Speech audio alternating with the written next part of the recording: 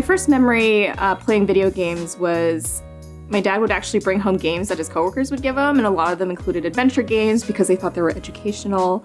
I really loved Mario games and Final Fantasy, mainly because we didn't have a lot of money growing up, and so my dad would save up whatever money he'd, get when he was traveling, and he would go to the States and actually, pick up a game like maybe once or twice a year. So we always would play the same game over and over again until we beat it many times until we get the next game and play that.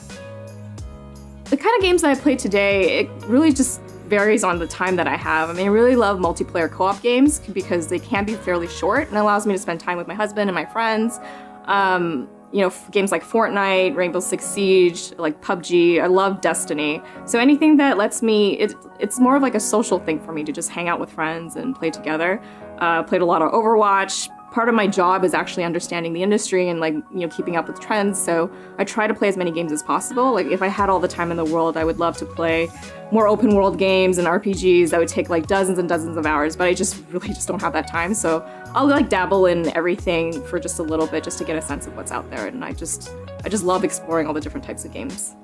I started in the game industry, I guess it was kind of unofficially. I was working a day job and I really love listening to video game music. I actually got into, when I played Final Fantasy X, I really loved the piano music for it, and I played piano most of my life, and so I started getting back into that, and I found all these forums and sheet music, and people were arranging music in their spare time, and it was just such an amazing hobby that I didn't even realize existed. So that got me into forums and other websites, and I started writing about video game music, and that led to writing about video game reviews. But I didn't realize that could be a career, and while I was doing this all for fun on the side, I wasn't even getting paid. And then someone once mentioned to me, it was there are writers who do this full-time for a living. And I started researching that and realizing oh, I guess I could eventually work at an IGN or a GameSpot. And I always wondered what would I study for that? So I went back to school and studied journalism so that I could become a video games journalist, and that's what I did. I, quit my job, went back to school full-time, did it for 1.5 years, and then came out, and I was really lucky, and I eventually ended up working at IGN and GameSpot. One of my biggest challenges working in the game industry is probably the whole imposter syndrome and doubting yourself. It's hard enough, working in this field as a woman and being one of the few female on the team, sometimes the only one. And I know it was never intentional, no one actually meant it, and I was always surrounded by really supportive coworkers, but I would always get asked, regardless of what kind of job I had, whether it was an editor, at some point I was editor-in-chief, and people asked me, it's oh, do you like games?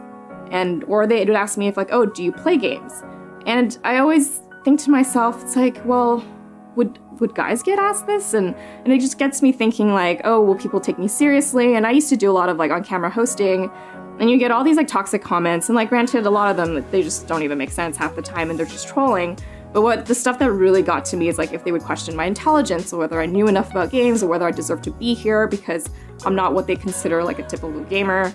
And all that stuff is really tough, and I can see why a lot of women have a hard time, wanting to put themselves out there, because it's true. It's sometimes you just don't want to.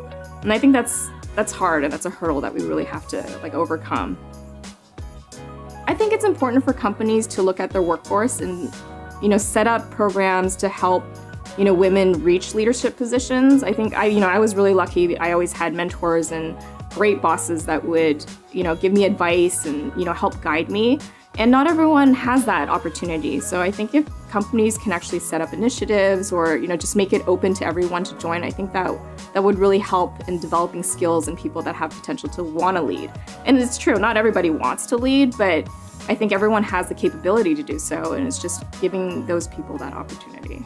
At Facebook, we're really encouraging people to tell their stories about how they got into games, and part of this video series is talking to different women in different positions, just about the work that they've done and how they got here. And I hope that through this initiative, where other young women can see that oh, there is an opportunity for me to be an engineer or be a designer or be a CEO, and the fact that you have these role models out there, that it's possible. So I'm really excited that this is something that we're really investing in, and that we hope that other people, come and tell us their stories.